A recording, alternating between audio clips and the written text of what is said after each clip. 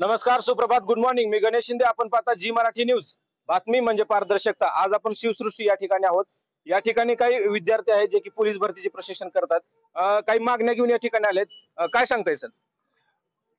दरवर्षीप्रमाणे या वर्षी देवेंद्र फडणवीस साहेबांनी घोषणा केली होती की 9,000 पोलीस भरती ऑक्टोबरच्या आधी काढू, विधानसभेच्या अगोदर काढू आणि पोलीस भरतीमध्ये ज्या मुलांचं वय संपलेलं आहे अशा मुलांना चान्स देऊ त्यामध्ये.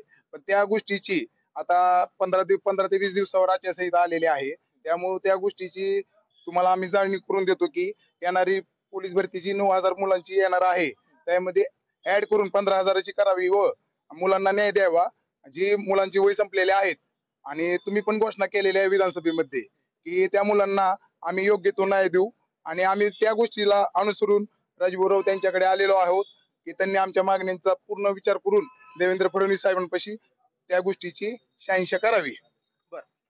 पोलीस भरतीमध्ये 9,000ची भरती काढलेली, परंतु 15,000ची तुम्ही आणखी ऍड करायला सांगता. नाही, तर नाही, 15,000 विद्यार्थी ऍड का करायचे, म्हणजे कशासाठी, काय विषय? आगामी जो आता लोकसंख्या वाढलेली आहे त्याच्यामुळे जो पोलिसांवर ताण येतो त्या गोष्टी 9,000 म्हणजे सरासरी प्रत्येक जिल्ह्यावाईज जर डिवायडेशन केलं तर मुलांना कास्ट वाईज जर डिवायडेशन केलं तर 2-3 जागा राहतात. मग 15,000 जागा केल्या तर कमीत कमी जी होतकरू मुलं आहेत ते आणि जास्त उमेदीने करतात. आणि आता कसं विधानसभेचं म्हणजे इलेक्शन होणार आहे आणि ही भरती आणि 6 महिने पुढे जाणं, कारण आता फॉर्म जरी भरून तुम्ही घेतले आमचे तर ही जानेवारीमध्ये तुम्ही फिजिकल घेणार आमचं. मग आता ही भरती कमीत कमी 2 वर्ष चालणार. मग त्यामुळे म्हणतो की ही आता जी 9,000 काढणार आहात तर याऐवजी 15,000 काढावी. जे पोलीस प्रशासन करणार आहे किंवा ज्यांचे प्रशासन चालू आहे त्यांना वयाची मर्यादा आहे, तर तुम्ही म्हणता की 15,000 काढल्याच्या नंतर जे 2 वर्षामध्ये ज्यांचं वय पूर्ण होणार आहे त्यांना देखील कुठेतरी त्याच्यामध्ये चान्स मिळेल किंवा त्यांना कुठेतरी त्यामध्ये भरतीमध्ये प्रक्रियेमध्ये सामील होता येईल, या संदर्भात तुमची ही चळवळ चालू आहे. आज तुम्ही आमदार साहेबाला भेटायला आले, तर त्यांना ठळक मागण्यामध्ये काय सांगाल की काय काय करायला पाहिजे त्यांनी?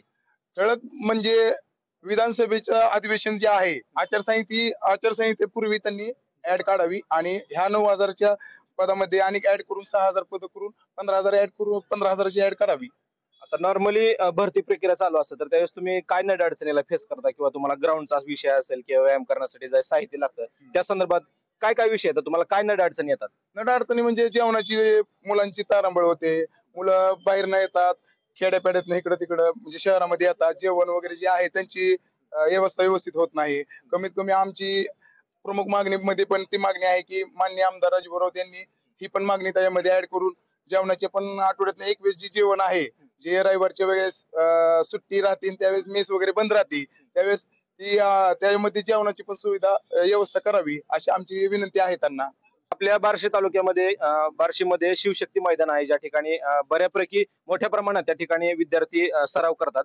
तर या संदर्भात तुमचं काय म्हणणं आहे? होतकरू विद्यार्थी आहेत, कष्टकरी आहेत, त्यांचे गोरगरिबांचे विद्यार्थी आहेत. बार्शीच नाही तर बार्शीच्या शेजारून जे काही तालुके आहेत, जिल्हे आहेत, तिथून विद्यार्थी बार्शीमध्ये प्रॅक्टिससाठी येतात. तर हे जे डॉक्टर मामासाहेब जगदाळे यांच्या संस्थेचं जे मैदान आहे, तर इथं विद्यार्थ्यांकडून फी घेतली जाते. आमचं राजभाऊ यांना निवेदन देणारच आहेत आम्ही की विद्यार्थ्यांसाठी बाबा तिथे फी न घेता विद्यार्थी मोफत प्रशिक्षण घेता यावं असं आमची मागणी. पाहिलं की यांची आणखी एक मागणी आहे की जे ग्राउंड असतं त्यासाठी फी भरावी लागते, तर त्या संदर्भात फी घेऊ नये या संदर्भात ते आमदार साहेबाला भेटणार आहेत. आपल्या बरोबर आता आपण पाहू शकता की प्रत्येक ठिकाणी पुरुषांच्या खांद्याला खांद्यावर महिला देखील काम करत. सरकारला एक निवेदन करू इच्छितो की जी ग्रामीण भागातनं मुलं शहरात जातात किंवा मुंबईला जास्त फॉर्म भरले जातात, मग इथं मुंबईला त्यांचा कोण नातेवाईक नसतो किंवा कोणी नसतो, मग तिथे त्यांची राहायची काही सोय नसते मुलांची. आता सध्या बघितलं तर पावसामध्ये मुलांची खूप अवस्था. जर त्यांनी घाटकोपर ग्राउंड घेतलं होतं तिथं पोरांना त्या बृहन्मुंबई महानगरपालिकेचं बाथरूम होतं, तिथं पोरांना झोपायची वेळ येत होती. मग पाऊस आली की त्यांची अडचण व्हायची सगळी. पण सरकारला माझं एवढं निवेदन आहे की तिथे गेल्यावर मुलांना त्यांनी राहायची सोय करावी.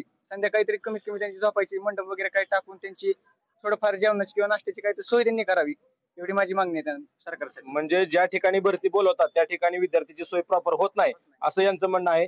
सरकारला विनंती आहे की ज्या ठिकाणी तुम्ही भरती घेताय तर त्या ठिकाणी जेवढे विद्यार्थी तुम्ही बोलवणार आहेत किंवा तुम्ही बोलवले आहात तर त्या लोकांची सर्वांची व्यवस्थित अगदी माणूस म्हणून सोय करावी अशी त्यांची विनंती आहे. अग्निवीरमध्ये जो विद्यार्थी भरती होतो त्याला 4 वर्ष ड्युटी करतात, नंतर रिटायर करतात ते. मग त्याचं रेग्युलर पहिलं होतं तसं 15 वर्ष करावे. म्हणजे अग्निवीर मध्ये भरती झाल्याच्या नंतर 4 वर्ष केलं जातं, त्याच्यानंतर त्यांना रिटायर केलं जातं. पण तुमची अशी मागणी आहे की त्यांना 15 वर्षापर्यंत त्यांना सर्व्हिस द्यायचा चान्स द्यावा, असं जसं पहिलं होतं तसं त्याप्रमाणे 15 वर्ष त्यांना चान्स द्यावा अशी यांची विनंती आहे. पोलीस भरती लेखीचा परीक्षेचा जो योग्य पॅटर्न आहे तो योग्य ठेवावा, ज्याप्रमाणे तलाठी ग्रामसेवक भरती होती त्याप्रमाणे. माननीय गृहमंत्री साहेब फडणवीस साहेबांनी आता विधानसभेमध्ये सांगितलं होतं की वयवर्ष वाढवून देऊ, पण आणखी तसा काही GR वगैरे आलेला नाही. तर ह्या विधानसभेची आचारसंहिता लागण्यापूर्वी GR तसा काढावा आणि 9,000 जे काही तुम्ही सांगितलं होतं पोलीस भरती काढू, तर त्याच्यात पद वाढवून एक 15 ते 16,000 पद आणखी काढण्यात यावी अशी आमची मागणी. हे म्हणजे आता सध्या पोलीस स्टेशन मध्ये प्रत्येक पोलिसांना MSF महाराष्ट्र राज्य सुरक्षा महामंडळ म्हणजे 10% प्रत्येक पोलीस स्टेशनला 10% MSF आहेत. मग ते 2009 पासून स्थापित आहे.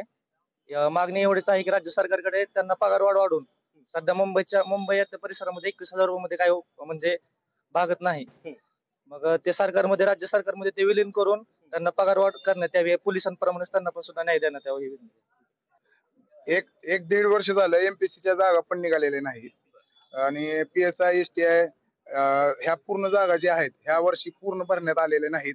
त्याचं एक शेड्यूल करून रेग्युलर केलं म्हणजे मुलांना अभ्यासासाठी पण मदत होईल. त्यासाठी पण सरकारने योग्य तो कार्यक्रम नियोजित करून त्यासाठी पण मुलांना म्हणजे जे मुलं अभ्यास करायला बाहेरून इथं येतात त्यांच्यासाठी पण एक तेवढं ते टार्गेट राहतंय की आता 6 महिन्यानं परीक्षा आहे, वर्षानं परीक्षा आहे. पण ते तसं नाही होत. ती सरकारचं काय होतंय की त्यांच्या मनानं जेव्हा परीक्षा काढायची त्यावेळेस काढतात, त्यामुळे मुलं तिथं विनाकारण ताटकळत 1, 1.5, 2, 3 वर्ष त्यांना म्हणजे टार्गेट राहत नाही. इकडं म्हणजे त्यांचं टार्गेट न राहता ते अभ्यास करत राहतात.